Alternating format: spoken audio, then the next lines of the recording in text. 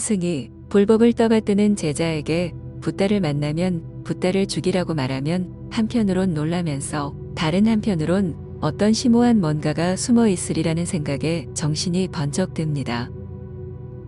그래서인지 이 말은 크게 히트를 치며 오늘날까지 유행하고 있습니다.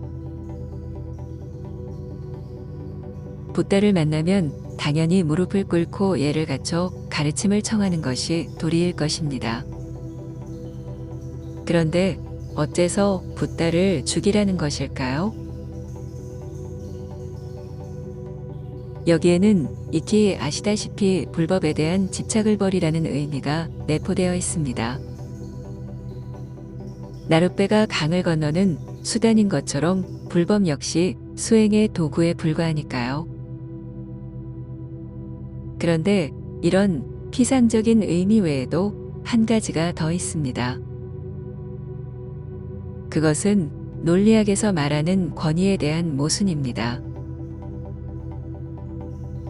이는 권위가 있는 사람의 말은 무조건 옳을 것이라는 섣부른 판단을 경계한 것입니다. 가령 달마대사나 원효대사가 말했으니까 정답일 것이라고 생각한다면 바로 권위에 대한 모순에 해당합니다. 이것을 더 확대하면 붓다의 법문에까지 미치게 됩니다. 시타르타의 말이 진리가 되려면 먼저 시타르타가 붓다인 것이 증명돼야 합니다. 그런데 그 증명을 주변의 다른 제자들이 하면 안 됩니다. 무조건 시타르타를 평가하는 본인이 스스로 증명해야만 논리적 모순이 없게 됩니다. 그렇다면 붓다를 알아봐야 하는데 사실상 중생들은 그럴 능력이 전혀 없습니다. 장님이 눈을 뜬 사람을 알아볼 수 없는 것과 같은 이치입니다. 그래서 중생은 붓다를 만날 수가 없습니다. 붓다를 만나봐야 붓다인 줄을 알 수 없으니까요. 물론 다른 사람들이 붓다라고 칭송하는 소리를 들을 수는 있습니다. 그런데 그 다른 사람들도 중생인 것은 마찬가지입니다. 이런 이유로 붓다의 말씀이라고 생각하는 순간 당신은 권위에 대한 모순에 빠지게 됩니다. 다시 말해 당신의 이성이 마비된다는 뜻입니다. 당신은 붓다를 알아볼 눈도 없고 더군다나 붓다가 말했다는 불경의 진위도 가릴 수 없습니다. 눈을 뜬 사람이 아무리 세상의 모습을 얘기해도 장님의 입장에선 귀만 즐거웠지 그것의 진위를 알 수 없는 이유입니다. 따라서 붓다를 만나면 붓다를 죽이라는 말은 현실에서 성립하기 어렵습니다. 하지만 우리는 여기서 커다란 교훈을 하나 얻게 됩니다.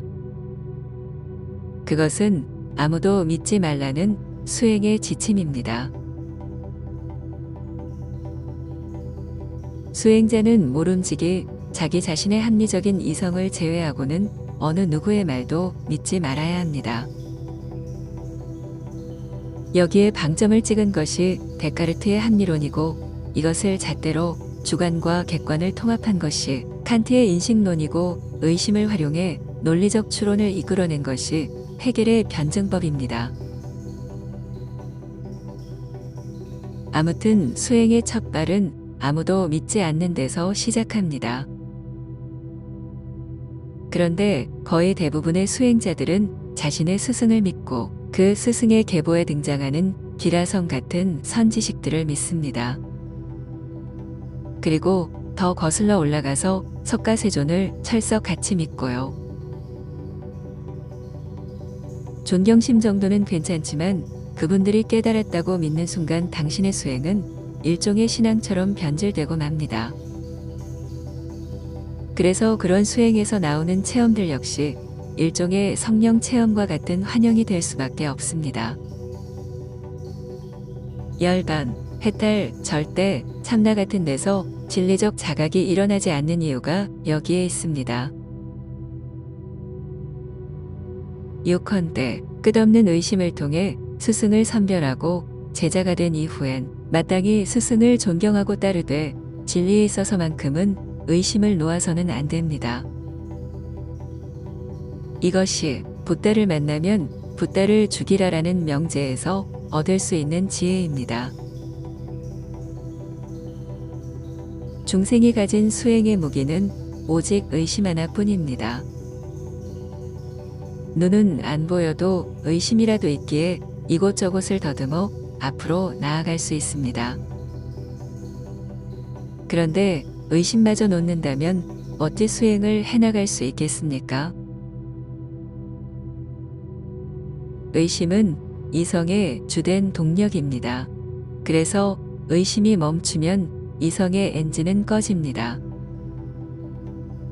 그러니 의심하고 또 의심하세요.